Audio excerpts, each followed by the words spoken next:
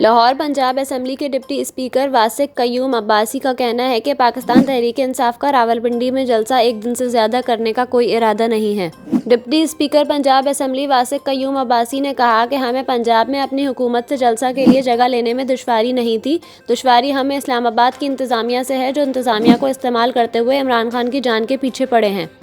पाक England test series से मुताल्लिक गुफ्तगू करते हुए वासिक कयूम अब्बासी का कहना था कि पीटीआई पाक इंग्लैंड मैच में रुकावट नहीं डालेगी। जलसे के लिए हमारा फ़िलहाल प्लान एक दिन का है, ताहम बहुत से सरप्राइजेस हैं जो इमरान खान जलसे में देंगे। लेकिन मैं ये वजाहत कर दूं कि स्टेडियम में टीम्स का आना, प्रैक्टिस करना, इसमें पीटीआई की जानिब से कोई रुकावट नहीं डाली जाएगी। टीम्स इस्लामाबाद से आ सकती हैं और बहिफाजत जा सकती हैं। पीटीआई का एक दिन से ज़्यादा जलसे का कोई इरादा नहीं है। हम क्रिकेट की टीमों से दूर हैं, साथ ही अल्हम्दुलिल्लाह इम्पोर्टेड हुकूमत के शर से भी दूर हैं।